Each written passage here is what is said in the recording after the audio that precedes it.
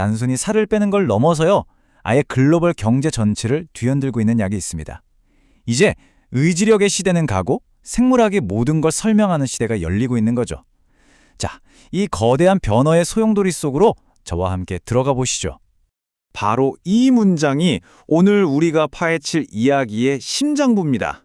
수십 년 동안 이건 그냥 개인의 의지 문제, 게으름의 문제라고 생각했잖아요. 그런데 사실은 우리가 만든 이 시스템이 낳은 결과물이라는 걸 역설적이게도 이 혁명적인 약이 증명해주고 있습니다. 오늘은요, 이 네 가지 흐름을 하나씩 따라가면서 GLP-1이 어떻게 단순한 신약을 넘어서 하나의 거대한 패러다임 전환을 만들고 있는지 아주 입체적으로 뜯어보겠습니다. 자, 첫 번째 파트입니다. 이 엄청난 의학혁명이 정말 생각지도 못한 곳에서 시작됐거든요. 그 기원을 한번 거슬러 올라가 보죠. 이 타임라인을 한번 보세요. 1984년 한 연구실에서 우연히 발견된 호르몬이 90년대에 독도마뱀의 독특한 생물학과 만나게 됩니다. 이게 정말 드라마 같은 이야기예요. 우리 몸에 있는 GLP-1은 효과가 고작 몇 분이면 사라지거든요. 근데 이 도마뱀이 가진 건 몇 시간이나 지속됐던 겁니다. 바로 이 지속 시간의 차이, 이게 모든 걸 바꾼 열쇠였습니다. 그럼 GLP-1이 도대체 뭘까요? 아주 간단하게 말해서요. 우리가 음식을 먹으면 장에서 나오는 호르몬인데 뇌에다가 어이, 이제 배부르니까 그만 먹어 하고 신호를 보내는 녀석입니다. 지금 시장을 뒤흔드는 약들은요. 바로 이 신호를 인위적으로, 그것도 훨씬 더 강력하고 길게 증폭시키는 거라고 보시면 됩니다. 이 약이 작동하는 방식은 정말 정교합니다. 첫째, 뇌로 곧장 가서 끊임없이 머릿속을 맴돌던 뭐 먹고 싶다는 생각. 이걸 전문가들은 푸드 노이즈라고 부르는데 이 소음의 볼륨을 그냥 꺼버립니다. 둘째, 위가 음식을 소화시키는 속도를 아주 느리게 만들어서 조금만 먹어도 오랫동안 배가 부른 상태를 유지시키는 거죠.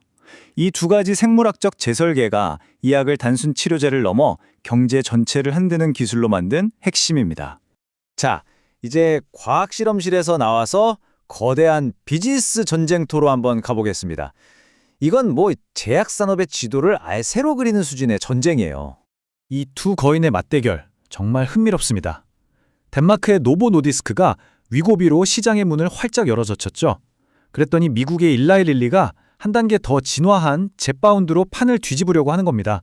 이건 단순한 GLP-1이 아니라 GIP라는 다른 호르몬까지 같이 건드리는 이중작용제인데 데이터상으로 효과가 더 강력하게 나오거든요. 이건 단순한 경쟁이 아니라 기술 패권 전쟁인 겁니다. 제 20년 실전 경험으로 볼 때는요. 이런 제약 바이오 전쟁의 진짜 승부는 2세대, 3세대 기술에서 갈립니다. 지금 나온 주사제는 그냥 시작일 뿐이에요. 이 표를 좀 보시죠. 일라이 릴리의 레타트루타이드는 호르몬을 무려 3개나 동시에 건드려서 거의 수술 수준의 효과를 노리고 있고요. 노보노디스크는 살이 더 안 빠지는 정체기를 깨부수는 신무기를 개발하고 있죠. 근데 진짜 게임 체인저는 바로 오르포글리프론 같은 먹는 알약입니다. 주사의 불편함을 없애고 생산 비용까지 확 낮춰서 시장의 판을 완전히 바꿀 잠재력을 가졌습니다. 2천억 달러, 우리 돈으로 약 270조 원입니다. 여러분, 이런 숫자를 볼 때 그냥 와, 시장 크네 하고 넘어가면 안 됩니다. 이 어마어마한 돈의 물줄기가 어디로 흘러가는지, 누가 이 흐름에 올라타고 누가 쓸려 내려가는지를 봐야 해요.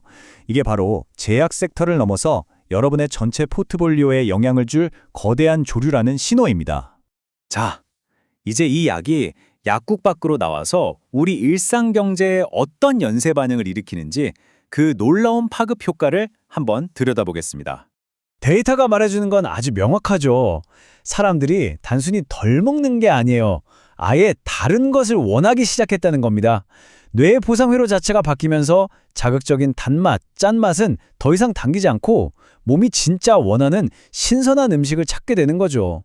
이건 기존 식음료 산업에게는 정말 실존적인 위협입니다. 그리고 그 위협이 현실이 된 결과가 바로 이겁니다. 펩시코, 몬델리즈, 허쉬 같은 거대 기업들의 실적이 직격탄을 맞고 있죠. 수십 년 동안 우리 뇌를 공략해왔던 그들의 핵심 제품들이 더 이상 매력적이지 않게 된 거예요. 우리가 흔히 알던 경기 방어주라는 공식이 이제는 통하지 않을 수 있다는 아주 날카로운 증거입니다. 반면에 생각지도 못했던 곳에서 수혜자가 나타나고 있습니다. 바로 룰루레몬이나 나이키 같은 애슬레저 브랜드들이죠. 살이 빠진 사람들은 자신감을 얻고 새로운 운동을 시작해요. 옷 사이즈도 계속 바꿔야 하고 아예 새로운 스타일을 시도하게 되죠. 번스타인 같은 곳에서는 이게 연간 130억 달러, 우리 돈으로 17조 원이 넘는 새로운 시장을 만들 거라고 보고 있습니다. 이 슬라이드가 바로 투자에서 2차적 사고가 얼마나 중요한지 완벽하게 보여주는 사례입니다. 처음에는 비만 관련 질환이 줄어드니까 수면 무호흡증 치료기나 인공관절 시장은 이제 망했다는 공포가 컸죠. 그런데 현실은 어땠나요? 정반대였습니다. 오히려 약으로 건강이 좋아진 환자들이 더 적극적으로 치료를 받게 되고 예전엔 너무 위험해서 수술조차 못 받던 사람들이 수술 가능한 환자가 되면서 오히려 시장이 커지는 역설이 나타나고 있는 겁니다. 이제 이 분석의 차원을 한 단계 더 깊은 곳으로 가져가 보겠습니다. 이 기적의 약이 우리 사회 전체에 던지는 아주 묵직한 철학적인 질문들입니다. 이 문장이 모든 딜레마를 꿰뚫고 있죠. 과연 우리는 환자를 고치고 있는 걸까요? 아니면 이 독성 가득한 사회 환경이 만들어낸 상처를 그저 화학적으로 덮고 있는 걸까요? 근본적인 원인은 그대로 놔둔 채 개인에게만 약으로 해결하라고 하는 건 아닌지 한 번쯤 생각해 봐야 합니다. 그리고 이게 아마 가장 섬뜩하게 들릴 수 있는 부작용일 겁니다. 무쾌감증. 말 그대로 즐거움을 느끼지 못하는 상태죠.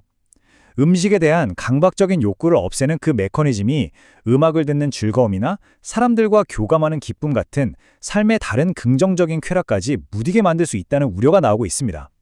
살을 얻는 대가로 삶의 다채로운 색깔을 잃어버릴 수도 있다는 겁니다. 그래서 우리는 이 질문들을 정면으로 마주해야 합니다. 약 하나로 쉽게 날씬해질 수 있는 시대에 약을 쓰지 않거나 못 쓰는 사람들은 과거보다 훨씬 더 가혹한 사회적 비난에 직면할 수 있어요. 과연 우리가 추구하는 게 진짜 건강인지 아니면 그저 외모라는 욕망에 종속되고 있는 건 아닌지 그 경계를 진지하게 고민해야 할 때가 온 겁니다. 구독자 여러분, 한번 생각해 보실까요? 우리가 정말로 치료해야 하는 대상이 개인의 몸일까요? 아니면 우리 모두를 병들게 하고 있는 이 사회 그 자체일까요? 이 질문에 대한 답을 찾아가는 과정이 앞으로 이 GLP-1 혁명이 나아갈 길을 결정하게 될 겁니다. 시장은 예측의 영역이 아니라 바로 이런 거대한 질문에 대응하고 생존하는 무대이니까요.